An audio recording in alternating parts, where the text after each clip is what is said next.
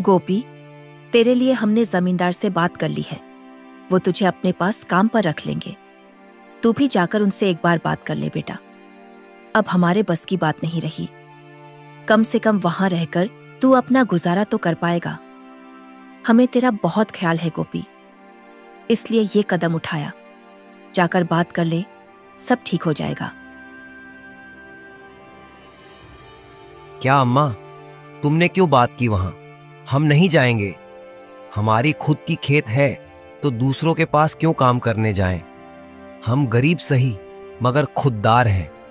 हम अपनी मिट्टी में पले हैं, उसी में पसीना बहाएंगे। चाहे जितनी भी मुश्किल हो अम्मा, हम अपनी ही जमीन पर मेहनत करेंगे, किसी और की चाकरी नहीं करेंगे।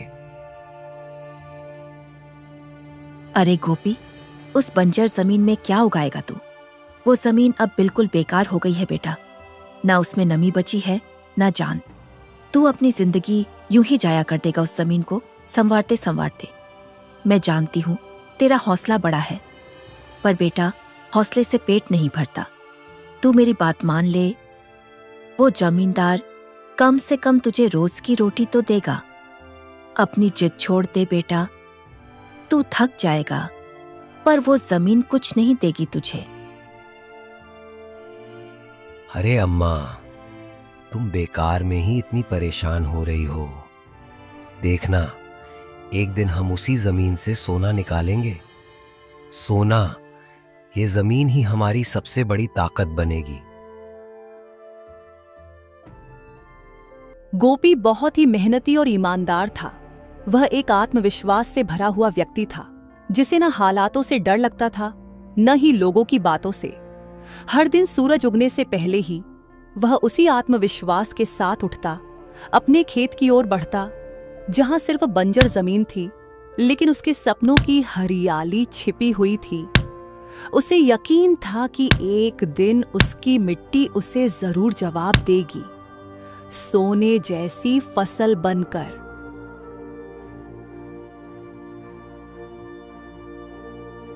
अरे गोपी भैया, आपको भी मानना पड़ेगा, आप फिर से इस बंजर जमीन पर मेहनत कर रहे हैं। अरे रामू भैया, अब क्या करें? जमीन हमसे ज्यादा मेहनत करवा रही है, पर क्या करें? धरती तो मां समान होती है, जैसा वो चाहे वैसा ही करना पड़ता है।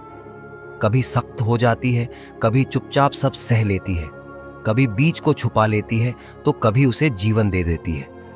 हम तो बस उसके बच्चे हैं, जो उसके हर रंग को अपनाना जानते हैं।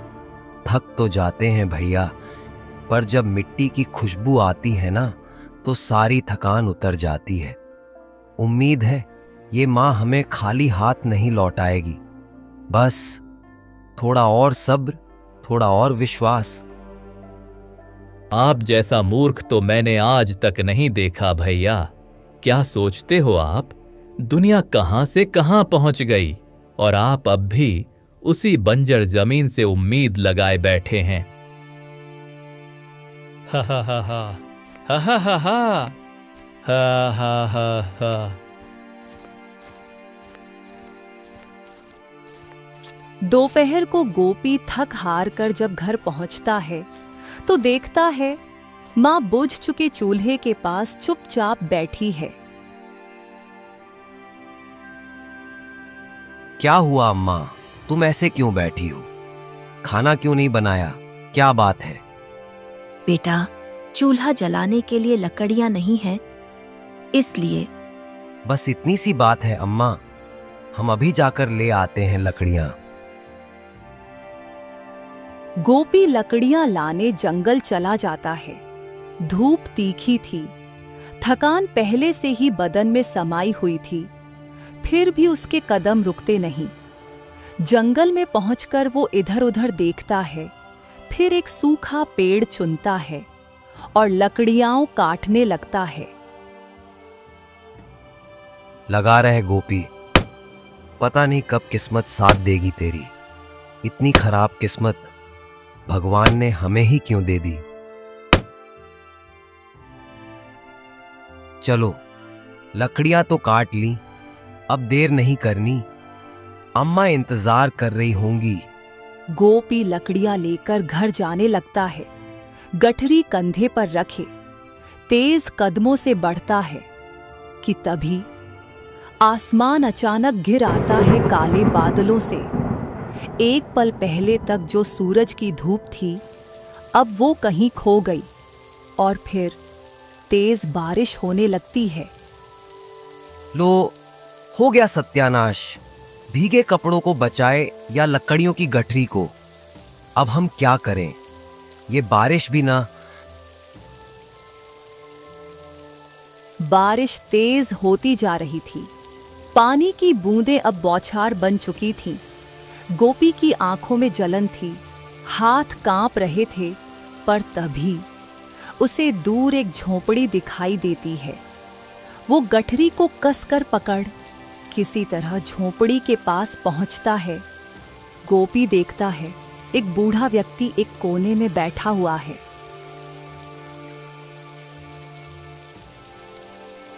आजा बेटा, अंदर आजा, भीग जाएगा, बीमार पड़ जाएगा। गोपी बारिश रुकने तक वहीं ठहर जाता है। थोड़ी देर बाद बारिश रुक जाती है। ठीक है काका, अब हम चलते हैं। बारिश रुक गई है, अम्मा भी हमारा इंतजार कर रही होंगी। आपका बहुत बहुत धन्यवाद। ठीक है बेटा, तुम अब जाओ जल्दी से, कहीं बारिश फिर न होने लगे।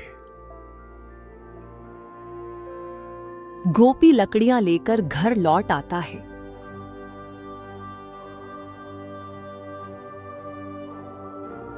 और गोपी, तेरे लिए एक लड़की देखी है, मेरी मान।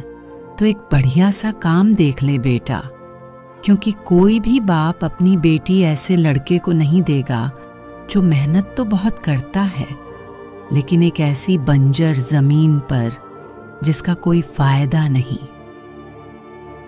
अरे काकी, क्या तू भी? अभी हम शादी नहीं करेंगे, पहले कुछ कमा लें, कुछ बचा लें, थोड़े पैसे जोड़ लें, तब ना शादी करेंगे। ऐसे ही बोल देने से थोड़े हो जाएगी शादी। घर चलाने के लिए सिर्फ दुल्हन नहीं, रोटियां भी चाहिए, छत भी चाहिए।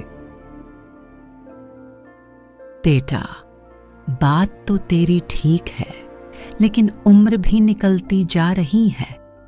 तू क्या सारी जिंदगी कुंवारा ही रहेगा? कब तक उस बंजर जमीन पर फावड़ा चलाता रहेगा गोपी? होना तो कुछ है नहीं वहां, और तेरी मां क्या मरने के दिनों तक खाना बनाएगी? छोड़ो ना काकी, तब का तब देखेंगे। और तुम देखना, एक दिन यही मेरी जमीन पूरे गांव में सबसे ज्यादा उपजाऊ होगी।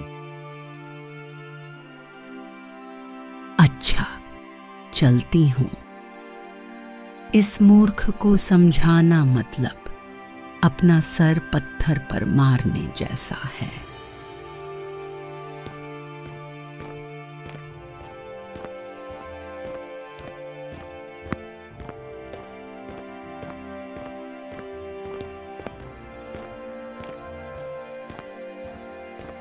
क्यों गोपी, तू चुप नहीं रह सकता थोड़ी देर?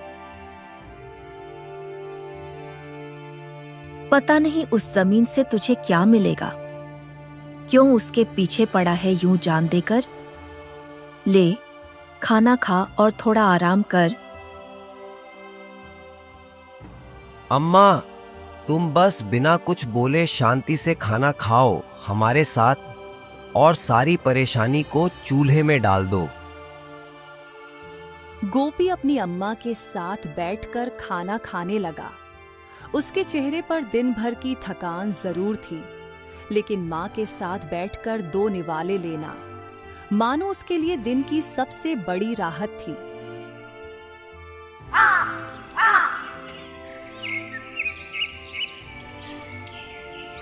इस बार गोपी ने अपने खेतों में धान लगाए थे। वह हर दिन अपने खेतों पर जाता। सभी के खेतों में से पौधे निकल रहे हैं, हमारी ही जमीन खाली पड़ी है। कभी कभी सबसे मजबूत बीजों को निकलने में थोड़ा वक्त लगता है। गोपी, तू बस मेहनत करता रहा, भगवान देख रहा है।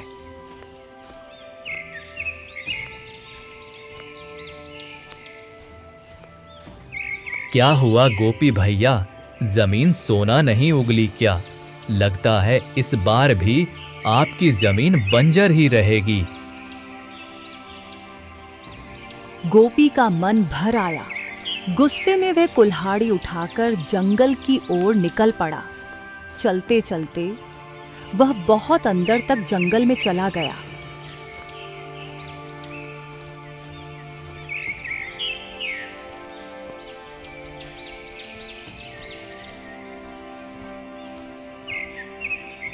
गोपी ने कुल्हाड़ी उठाई और गुस्से में लकड़ियां काटने लगा, मानो हर लकड़ी में वह अपने दुख और अपमान को काट रहा हो।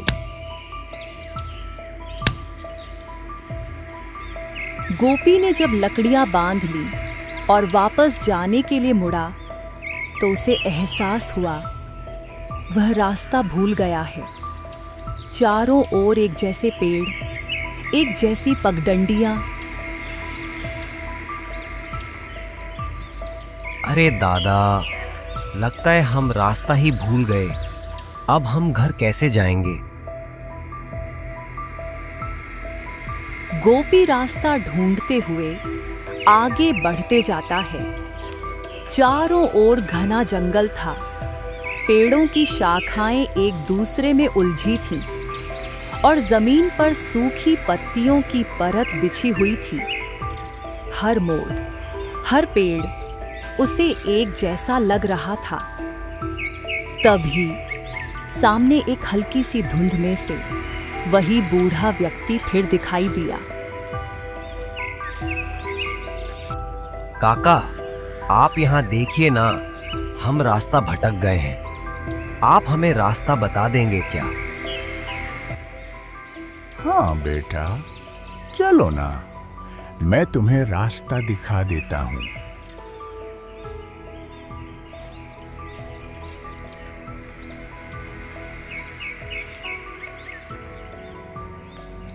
काका, आप यहाँ इतने घने जंगल में कैसे? बेटा, मेरा घर यही पास में है। मैं जवानी के दिनों से यहाँ लकड़ियाँ लेने आता रहा हूँ। अब बुढ़ापा आ गया है, शरीर भी साथ नहीं देता। मैंने अकेले अपनी बेटी का पालन पोषण किया। उसकी माँ तो बहुत पहले चली गई थी। मैंने उसे पढ़ाया लिखाया, लेकिन अब जब उसकी शादी की बात आती है, कोई भी गरीब की बेटी से शादी नहीं करना चाहता बेटा। माहौल बिल्कुल शांत होता जा रहा था। ठंडी हवा के झोंके अब पेड़ों को धीरे धीरे हिला रहे थे। कोई आवाज नहीं थी, सिर्फ सन्नाटा और दिलों की धड़कन।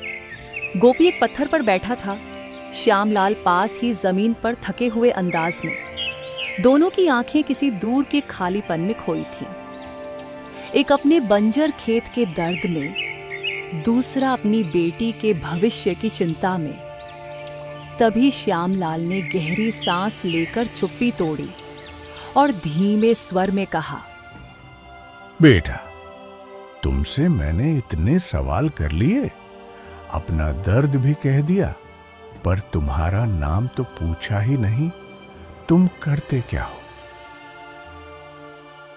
हमारा नाम गोपी है, पास ही के गांव में रहते हैं, किसान हैं। पर सच कहे तो इस बार खेत में धान लगाए थे और कुछ भी नहीं उगा।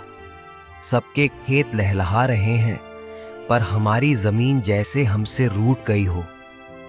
इसलिए हम आज गुस्से में जंगल चले आए थे लकड़ी काटने।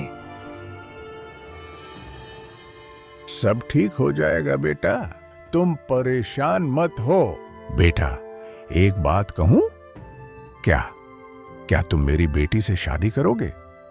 मैं जानता हूं, मैं बहुत गरीब हूं, कुछ नहीं दे सकता, पर तुम जैसे भले इंसान को देखकर दिल कहता है शायद मेरी बेटी का जीवन सुधर जाए।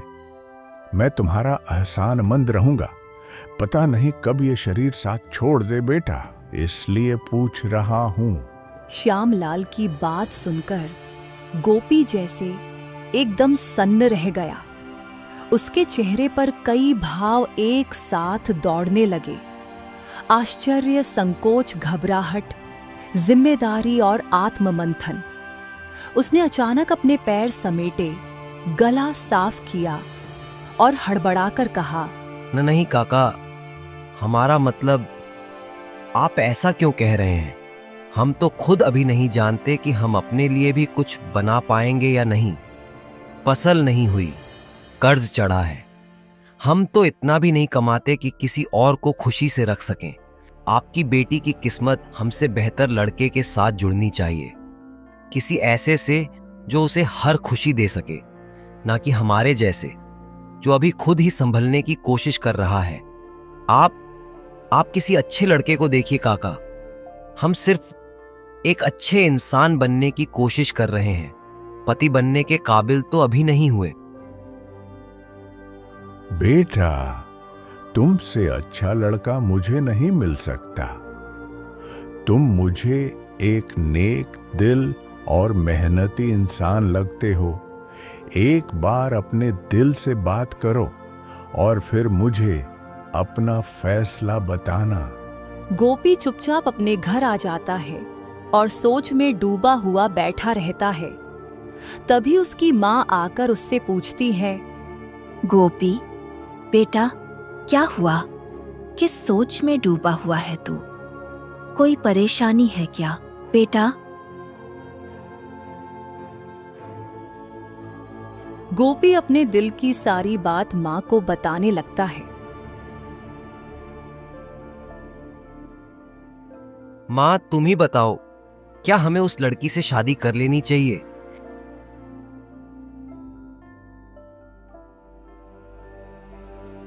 हाँ बेटा, शादी तो एक न एक दिन होनी ही है। और अगर तू उस बुजुर्ग व्यक्ति की बेटी से शादी करता है तो इसमें कोई बुराई नहीं, बल्कि भलाई ही है।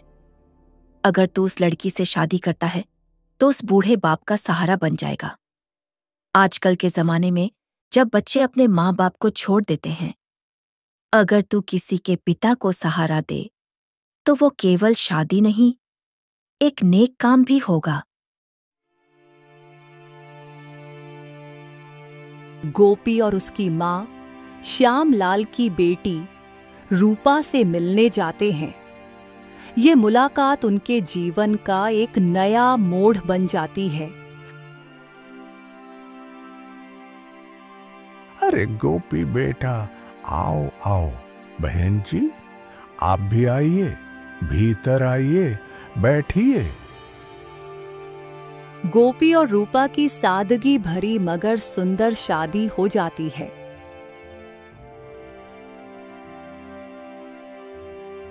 शादी के बाद गोपी और उसकी माँ रूपा को घर ले आते हैं। धीरे धीरे रूपा भी घर को संभाल लेती है। कुछ दिन बाद गोपी फिर से अपने खेत की ओर जाता है, लेकिन जब वह खेत पहुंचता है तो उसका चेहरा धीरे धीरे उतरने लगता है। चारों ओर हरियाली फैली हुई है। पड़ोसियों के खेत लहलहा रहे हैं। कहीं गेहूं की बालियां झूम रही हैं, तो कहीं धान की हरियाली मुस्कुरा रही है। मगर गोपी का खेत, वही पुरानी सूखी मिट्टी, दरारों से भरी जमीन, हवा भी जैसे चुप है वहां। कोई हरियाली नहीं, कोई नमी नहीं, कोई जीवन नहीं। गोपी वहीं खड़ा रह जाता है। गोपी खेत में अकेला बैठा है, मिट्टी को हाथों में लेकर सोच में डूबा है। तभी गांव का एक युवक उसके पास आता है। क्या हुआ गोपी भैया? अब तो इस जमीन को बख्श ही दीजिए। कितनी बार कोशिश कर ली आपने। अब तो आपकी दुल्हनियां भी आ गई हैं। अब तो कोई और काम ढूंढ लीजिए। गोपी चुप रहता है। देखिए, सबके खेत लहलहा रहे हैं और एक आप हो। अब भी इस बंजर जमीन से उम्मीद लगाए बैठे हो। इतनी मेहनत करने के बाद भी जब कुछ ना मिले तो समझदारी इसी में है कि रास्ता बदल लो। रूपा बेटी, जरा देख तो, दोपहर हो गई है और गोपी अभी तक खेत से नहीं लौटा। सुबह से गया है, कुछ खाया भी नहीं होगा। तू खाना लेकर खेत पर ही चली जा, उसे दे आ। धूप तेज है, कहीं भूखा प्यासा बैठा ना हो। जी माँ, मैं अभी जाती हूँ। गोपी खेत में उदास बैठा था, तभी वहां रूपा खाना लेकर पहुंचती है। खाना ले आई हूँ, माँ ने भेजा है। बोली दोपहर हो गई है, अब तक लौटा नहीं, भूखा होगा। हम बहुत परेशान हैं। दिन रात एक कर दिए, मिट्टी को सींचा, बीज डाले, दुआ की, फिर भी नतीजा वही, सूनी जमीन, सूने सपने। हमें समझ नहीं आ रहा, आखिर क्या कमी रह गई हमारी मेहनत में। पड़ोस के खेत लहलहा रहे हैं, हर तरफ हरियाली है, और हमारे खेत बस बंजर, जैसे कुछ उगने से ही इनकार कर रहे हों। क्यों नहीं हमारी फसल हो रही है? क्या इस जमीन ने हमसे मुंह मोड़ लिया है, या फिर हमारी किस्मत ही रूठ गई है? हर दिन उम्मीद लेकर आते हैं और हर शाम खाली हाथ लौटते हैं। अब तो दिल टूटने लगा है। रूपा आगे बढ़ती है। जैसे ही उसके पैर खेतों में पड़ते हैं, गोपी को एक अजीब सा एहसास होता है, मानो बंजर जमीन में कोई हल्की सी हरियाली सरकने लगी हो, जैसे हवा में एक नई खुशबू घुल गई हो। गोपी की आंखें उसकी तरफ उठती हैं और पल भर को वो सब भूल जाता है। परेशानियां, सूखी मिट्टी, अधूरे सपने। उसे महसूस होता है शायद ये वही कदम हैं जो इस जमीन को फिर से जिंदा कर सकते हैं। रूपा का आना सिर्फ खाना लाना नहीं था, वो उम्मीद लाई थी। रूपा जी, चलिए घर चलते हैं। हम वहीं खाना खाएंगे माँ के साथ। हमारा यहाँ मन अजीब सा हो रहा है, हमें घर जाना है। दोनों घर वापस आ जाते हैं। तीनों एक साथ बैठकर खाना खाते हैं।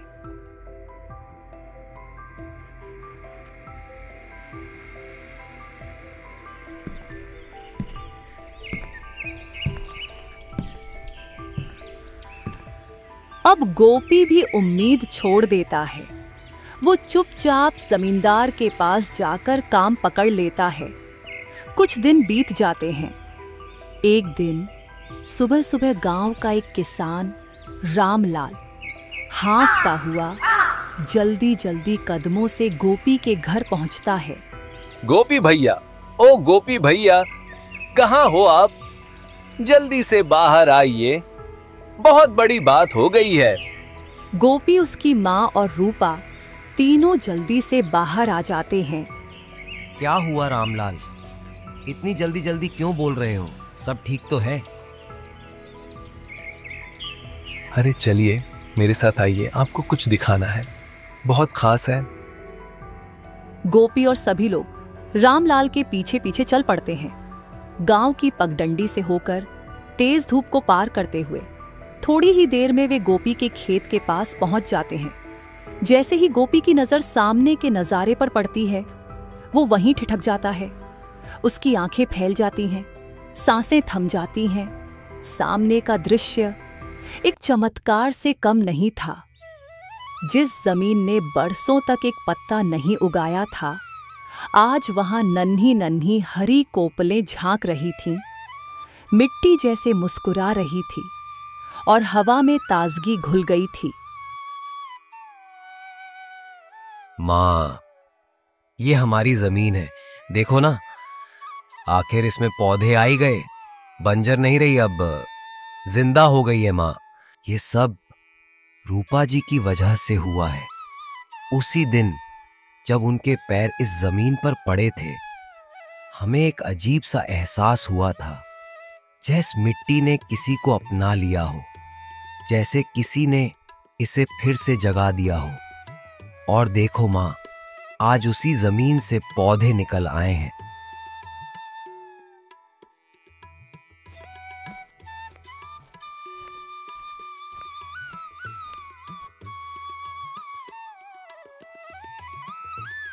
वाह भाई गोपी, तुम्हारी मेहनत ने तो अपना रंग दिखा ही दिया।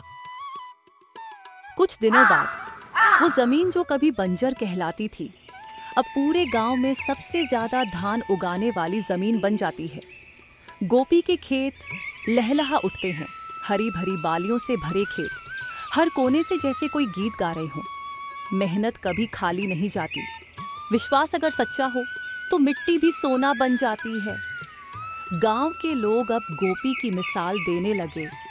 देखो कैसी जमीन थी उसकी, और अब देखो सबसे ज्यादा धान उसी के खेत में है।